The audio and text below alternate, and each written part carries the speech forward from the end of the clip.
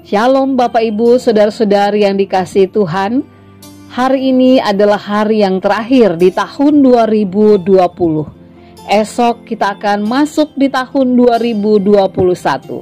Di hari yang terakhir di tahun 2020 ini, firman Tuhan menyapa kita kembali dari kitab 1 Tawari pasal 28 ayatnya yang ke-11 hingga ayatnya yang ke-19 yang menyatakan, lalu Daud menyerahkan kepada Salomo anaknya rencana bangunan dari balai bait suci dan ruangan-ruangannya, dari perbendaharaannya, kamar-kamar atas dan kamar-kamar dalamnya, serta dari ruangan untuk tutup pendamaian.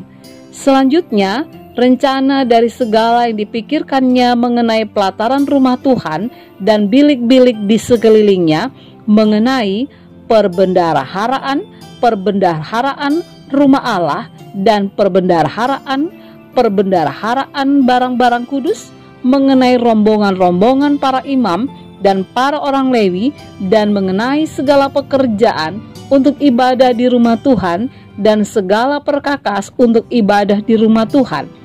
Juga ia memberikan emas seberat yang diperlukan untuk segala perkakas pada tiap-tiap ibadah, dan diberikannya perak seberat yang diperlukan untuk segala perkakas perak pada tiap-tiap ibadah, yakni sejumlah emas untuk kandil-kandil emas dan lampu-lampu yang dari emas seberat yang diperlukan tiap-tiap kandil dan lampu-lampunya, dan perak untuk kandil perak seberat yang diperlukan perak untuk satu kandil dan lampu-lampunya sesuai dengan pemakaian tiap-tiap kandil dalam ibadah.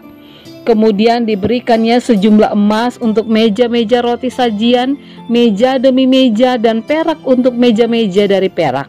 Selanjutnya, emas murni untuk garpu-garpu, dan bokor-bokor penyiraman dan kendi-kendi, juga untuk piala-piala dari emas seberat yang diperlukan untuk tiap-tiap piala, dan perak untuk piala dari perak seberat yang diperlukan untuk tiap-tiap piala.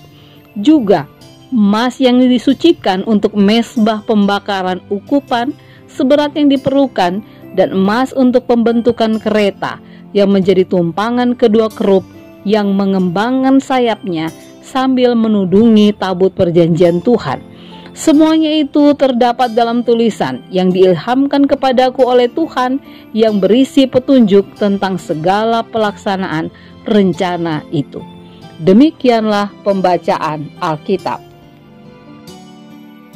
Daud menyerahkan semua rencananya kepada Salomo anaknya, baik itu berupa bahan-bahan yang akan dibutuhkan untuk pembangunan bait suci, bahan-bahan yang sangat terpilih.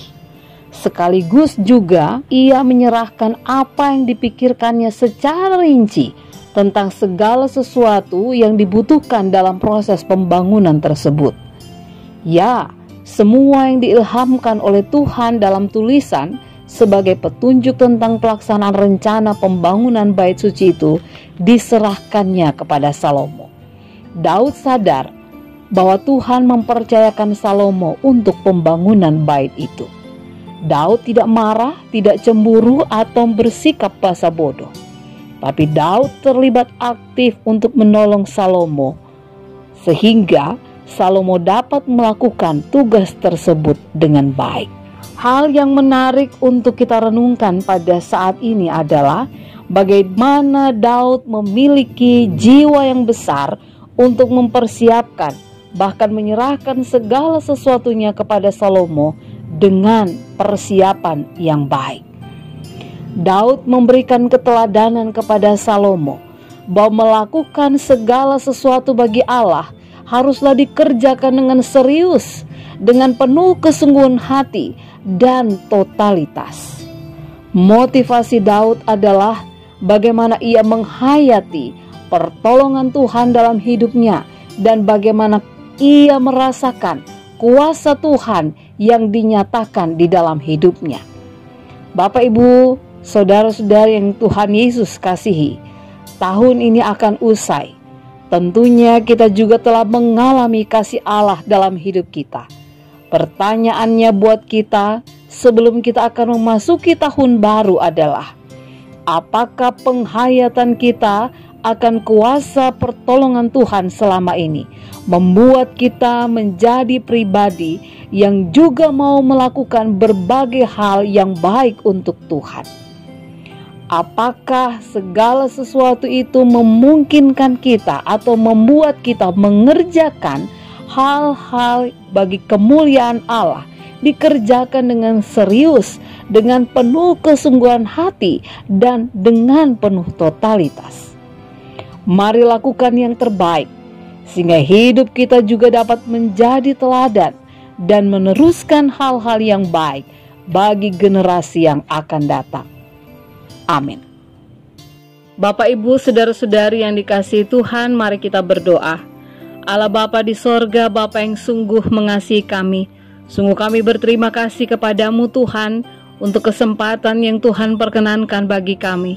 Bahkan ketika hari ini kami masih dimungkinkan untuk tiba di hari yang terakhir di tahun 2020 ini. Kami boleh menikmati berbagai pertolongan Tuhan.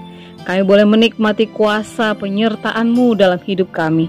Biarlah kami juga dimampukan dalam penghayatan iman kami. Dan ketika kami boleh mengalami begitu banyak hal bersama Tuhan, kami menjadi pribadi yang boleh melakukan yang terbaik bagi kemuliaan Tuhan. Kami mengerjakan pekerjaan yang Tuhan percayakan dalam hidup kami dengan penuh keseriusan, dengan penuh totalitas dan kesungguhan hati, sehingga itu boleh menjadi warisan bagi generasi yang akan datang. Di dalam nama Tuhan Yesus kami berdoa. Amin.